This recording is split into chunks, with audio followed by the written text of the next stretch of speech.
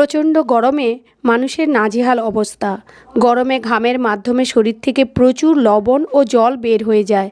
সেই জন্য এই গরমে প্রতিদিন 2.5 থেকে 3 লিটার জল পান করতে হবে। পাশাপাশি ওআরএস জল, লেবুর জল, কচি ডাবের জল পান করতে হবে। প্রচণ্ড এই গরমে ঠান্ডা খেতে ভীষণই ইচ্ছে করে, বিশেষ করে ফ্রিজের ঠান্ডা জল, বরফ জল এগুলো খেতে তো খুবই মন চায়, কিন্তু সঙ্গে সঙ্গে ফ্রিজ থেকে বের করা জল না খাওয়াই ভালো, বা বরফও সঙ্গে সঙ্গে না খাওয়া ভালো। কিছুক্ষণ রেখে দেওয়ার পর একটু বরফ গলে যাওয়ার পর ঠান্ডা কমে যাওয়ার পরে খেলে শরীরে অতটা খারাপ প্রভাব ফেলে না।